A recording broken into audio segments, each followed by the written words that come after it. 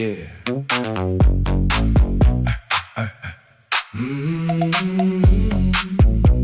Yeah.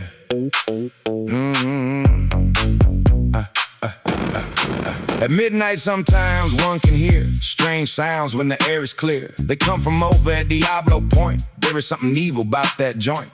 They say it's where a monster lives, the creation of Mad Dr. Gibbs, a Frankenstein sort of creature, the kind you can find in a double feature, created from dead surfers and hot rodders' spare parts, powered by two evil hearts.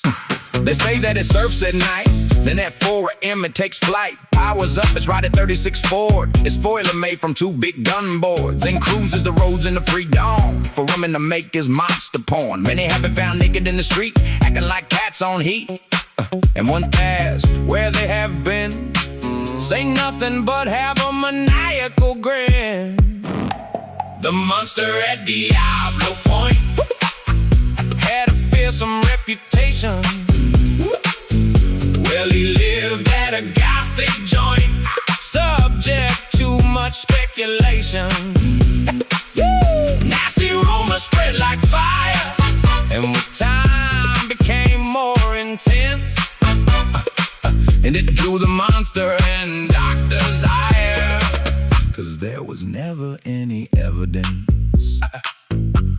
I saw it myself late on the beach one night. I was with Betty Lou under the starlight. We were discussing the economy when I saw the creature stare at me. I looked at him and became quite overawed, but he calmly told me my hypothesis was flawed. Inflation was the result of both external and internal pressures, reduced by grappling with both micro and macro stresses. I laughed at such hyperbole, and Betty Lou, and he both laughed with me. He looked quite strange, kinda pieced together. Some of the scars looked like leather, and the bolts in his neck were archaic. Pop rivets at the seams were more prosaic. His head was handsome, and to my surprise, it came from a surfer I despised. He had been snorkeling when he ran out of luck, and in the coral his feet got stuck. One arm has tattoos galore. One said Mom, one Betty, and many more. It was Davy Mark Wells, the stock car racer. The other arm was hard to place her. The monster at Diablo Point had a fearsome reputation.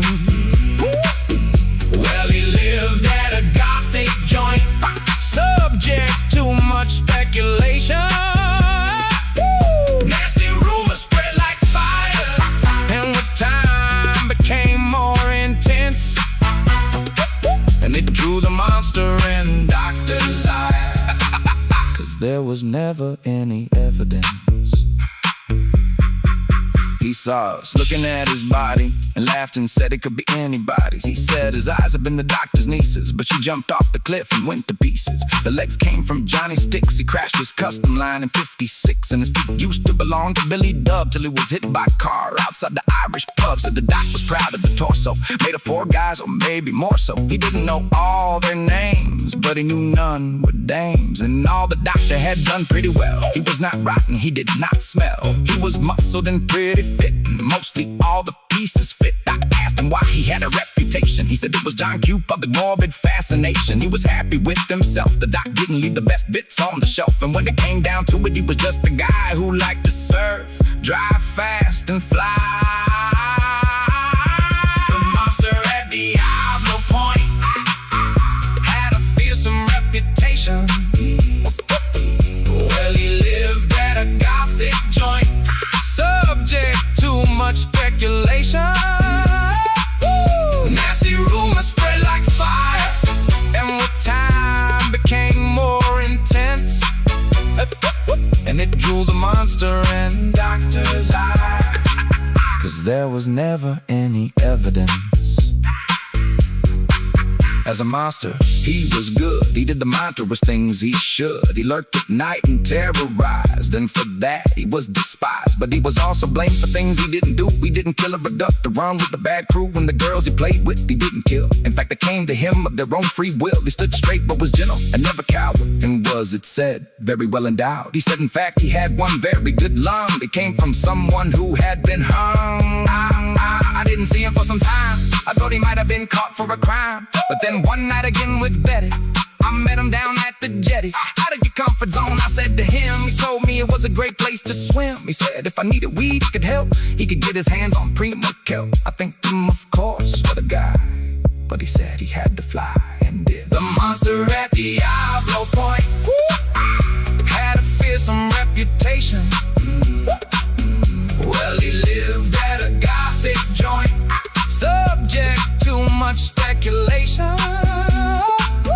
Nasty rumors spread like fire, and the time became more intense.